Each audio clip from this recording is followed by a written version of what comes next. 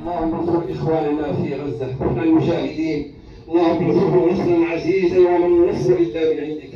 اللهم أفرغ عليهم صبرهم وثبت أقدامهم وانصرهم نصرا عزيزا وما النصر إلا من عند الله العزيز الحكيم. اللهم الصهاينة، اللهم قذف في قلوبهم الرعب يخربون بيوتهم بأيديهم وأيدي المؤمنين. اللهم اجعل كيد الصهاينة في وحورهم واجعل بأسهم بينهم وشتت شملهم وفرقهم يا عزيز يا جبار، يا عزيز يا جبار برحمتك نستغيث. ربنا ظلمنا أنفسنا وإن لم تغفر لنا وترحمنا لنكونن حزين. واحفظ اللهم أمير المؤمنين حامي حمى الملة الدين جلالة الملك السادس، اللهم كن له معينا وظهيرا ووليا ونصيرا، نصرا تعيش به الدين وتحقق الاستقرار والرخاء في هذا البلد امين، وارزقه بطانة صالحة تعينه على ما يصبو اليه من خير وازدهار لشعبه وبلده.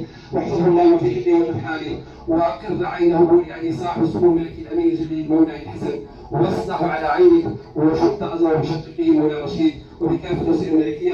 هذا وجه مسك الختام، افضل الصلاه وازكى السلام على المبعوث رحمه للعالمين خير الورى وشفيع الانام، امتثالا لامر عز وجل قائل ان الله وملائكته يصلون على النبي يا ايها الذين امنوا صلوا عليه وسلموا تسليما. اللهم صل على سيدنا محمد وعلى ال سيدنا محمد كما صليت على سيدنا ابراهيم وعلى ال سيدنا ابراهيم، وبارك على سيدنا محمد وعلى ال سيدنا محمد كما باركت على سيدنا ابراهيم وعلى ال سيدنا ابراهيم في العالمين انك حميد مجيد. وارض اللهم عن الصحابه كافه الانصار منهم والمهاجرين والخلفاء الراشدين ساداتنا ابي بكر وعمر وعثمان وعلي وعن سائر الصحابه اجمعين. سبحان ربك رب العزه عما يصفون وسلام على المرسلين والحمد لله رب العالمين.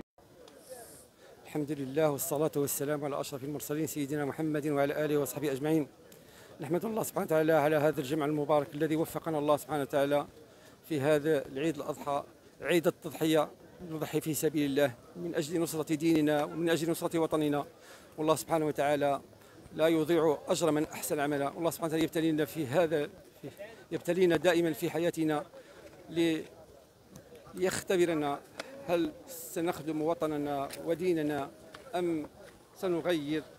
والله سبحانه وتعالى يحب الذين يعملون جاهدين ويتقنون عملهم، والله سبحانه وتعالى لا يضيع أجر من أحسن عملا. كما نعلم أن الأضحية هي سنة مؤكدة، وقال إمامنا مالك لا أحب لأحد ممن قوي على ثمنها أن يتركها. وللأضحية شروط: أولا أن تكون من بهيمة الأنعام، وثانيا أن تكون مسنة، وثالثا أن تكون خالية من العيوب، ورابعا أن تكون سالمة من الاشتراك بالنسبة للضأن والماعز. ثم أن هناك شروط لتقديم هذه الأضحية: أن تكون من مال الحلال، وأن يذكر اسم الله عليها، أن يتصدق منها للمساكين خاصة الذين لم يضحون، لتكون هذه الأخوة، لأن الدين عيد الأخوة بين المسلمين، يجمع المسلمين أن يتعاونون في بينهم في أخوة والسلام. هذا هو الدين ديالنا، دين الأخوة ودين السلام. وأقول قولي هذا واستغفر الله لكم.